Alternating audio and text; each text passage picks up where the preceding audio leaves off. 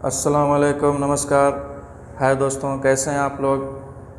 तो आज मैं आपको बताने वाला हूं इंडिया से सऊदी अरब आने के बारे में कुछ ज़रूरी बातें। तो आइए इससे पहले के बाद शुरू किया जाए। प्लीज़ चैनल को सब्सक्राइब कर लें और बेल आइकन को भी प्रेस कर लें ताकि आपको वीडियो की नोटिफिकेशन मिल सके। ठीक है, चलिए बात शुरू करते हैं। एयर इंडिया के द्वारा लगातार ट्वीट करके ये जानकारी दिया जा रहा है कि अब जो है तो मुंबई से दम्माम के लिए और दिल्ली से रियाद और दम्माम के लिए भी फ़्लाइट ऑपरेट की जा रही है। अब बुकिंग ओपन है, आप लोग जो है तो बुकिंग कर सकते हैं। लेकिन इसके साथ ये तंबीह भी कर दिया जा रहा है, ये बता भी दिया जा रहा है कि आप अपनी एलिजिबिलिटी चेक कर लें कि आप एलिजिबल हैं या नहीं है जाने के लिए। ठीक है, इसलिए कि आपको अच्छी तरीके से पता है कि सिर्फ वही लोग आ सकते हैं यहाँ पे अभी डायरेक्ट। उन लोगों के लिए ही डायरेक्ट फ़्लाइट है जिन लोगों ने दोनों डोज कोरोना वैक्सीन की यहाँ सऊदी अरब के अंदर लिया है। बाकी दूसरे लोग जो है तो किसी दूसरी कंट्री में 14 दिन क्वारंटाइन करने के बाद ही आ सकते हैं। उन लोगों में भी जो फुल्ली वैक्सीनेटेड होंगे उन्हें यहाँ आने के बाद, सऊदी अरब आने के बाद किसी तरीके का क्वारंटाइन नहीं होगा। ठीक है, ये जो पहले 7 दिन वाला क्वारंटाइन 5 दिन का हो गया है, कर दिया गया है, ये उन लोगों के लिए ही है जो नॉन वैक्सीनेटेड कैटेगरी में आते हैं। ठीक है, चाहे वो कहीं से भी आएँ। ऐसा बताया गया है कि नॉन बाइनेट कंट्री से, तो जाहिर सी बात है डायरेक्ट तो नॉन बाइनेट कंट्री ही से ही आएगा आदमी। आप इंडिया से भी जाएंगे तो किसी जगह रुक के आएंगे तो यहाँ नॉन बाइनेट कंट्री ही से एंट्री करेंगे। बहरहाल, तो उनके लिए जो फुली वैक्सीनेटेड हैं कि उनके लिए जो है यहाँ पे कोई क्वारंटाइन नहीं है, आके डायरेक्ट अपनी जगह पे जा सकते हैं। लेकिन डायरेक्ट फ़्लाइट से नहीं आ सकते हैं, बल्कि कहीं वाया होकर ही आ सकते हैं, जिसमें अभी सबसे जो है तो आसान और सबसे सबके लिए जो सबकी चॉइस जो है यही है दुबई के ज़रिए आए। इसलिए कि इसका पैकेज जो है तो सस्ता होता है, तो सारे लोग यहाँ से ही आना चाहते हैं। इसमें भी एक भाई का सवाल था। एक भाई ने पूछा कि भाई पिछली ऐसा तो नहीं हो, मुझे डर लग रही है कि पिछली बार की तरह फिर कहीं बंद ना हो जाए, दुबई में फंस जाएं। तो भाई देखिए, उस टाइम की सिचुएशन अलग थी, उस टाइम की बात अलग थी।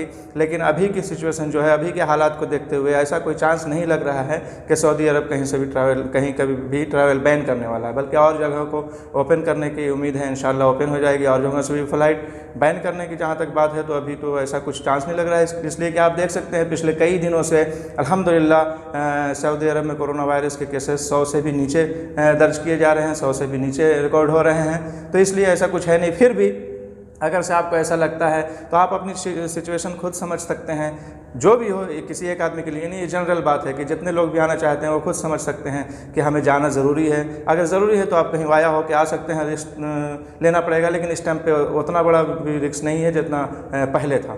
ठीक है, आप बिल्कुल भी आ सकते हैं। नहीं तो आप रुक भी सकते हैं, आप डायरेक्ट फ़्लाइट ओपन होने का इंतज़ार भी कर सकते हैं। इसलिए कि आपको पता है कि अभी हुकूमत ने और जो है तो free of cost re entry visa और अकामा बढ़ा दिया है। जहाँ पहले 30 सितंबर तक था, अभी 30 नवंबर तक कर दिया गया है। तो ये एक राहत की बात है, ये अच्छी बात है।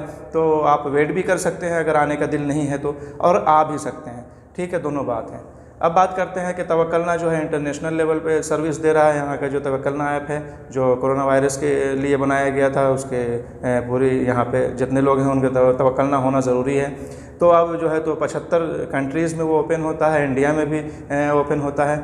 ठीक है, तो लेकिन ये बात है कि इंडिया में ओपन होता है उन लोगों का ही होगा जिन लोगों का ऑलरेडी बना हुआ है। नए की जहाँ तक बनने की बात है तो नए बनाने के लिए तो वो नंबर जो है सऊदी अरब का और फिर अफसर से लिंकेड होना चाहिए। तो वो तो इंडिया के अंदर में या 75 कंट्रीज़ के अंदर में सिर्फ सर्विस ये है कि ओपन होगा, और बाकी अफसर की बात है तो अफसर तो ओपन नहीं होता है इंडिया में। इसलिए अफसर के लिए तो अगर से न्यू है, ऐसे तो पहले ये नंबर जो है तो लिंक कर दिया जाता था। जैसे मेरा अफसर अकाउंट है तो हम कोई सा भी सऊदी अरब का नंबर लेके उसको लिंक कर देते हैं, उसके बाद किसी का भी तवक्कलना उससे बन जाता। लेकिन अफसर अकाउंट बनाने के लिए आपको तो सऊदी अरब में होना ज़रूरी है, इसलिए कि इसके लिए फिंगरप्रिंट रिक्वायर्ड है, तभी होगा।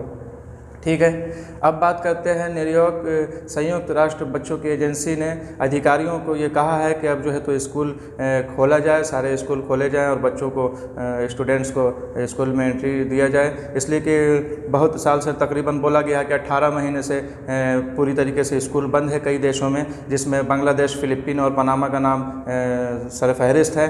तो बहरहाल उन्होंने कहा है कि अब जो है तो स्कूल खोलना चाहिए और बच्चों को पढ़ाई पर ध्यान देना चाहिए। इसलिए कि जाहिर सी बात है ऑनलाइन पढ़ाई तो वैसी नहीं हुई है, कोरोना के वजह से तो बहुत ज़्यादा असर पड़ा है पढ़ाई पर भी बच्चों की, तो इसलिए जो है तो अब नॉर्मल करना चाहिए इसको और फिर से अच्छी तरीके से पढ़ाई शुरू करना चाहिए, स्कूल ओपन होना चाहिए हर जगह।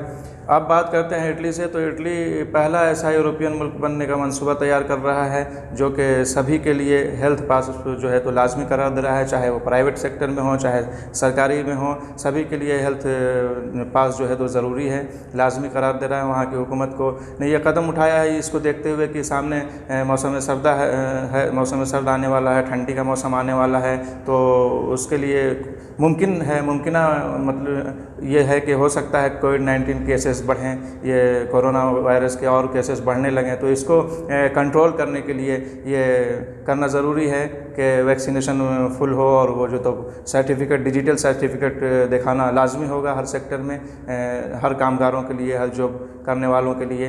तो बहरहाल कुछ यही बातें थी जो मैंने सोचा आप लोगों के साथ शेयर कर दूं। चलिए मिलेंगे नेक्स्ट वीडियो में इंशाअल्लाह, चलते हैं, तब तक अपना ख्याल रखिए, खुदा हाफिज़, बाय।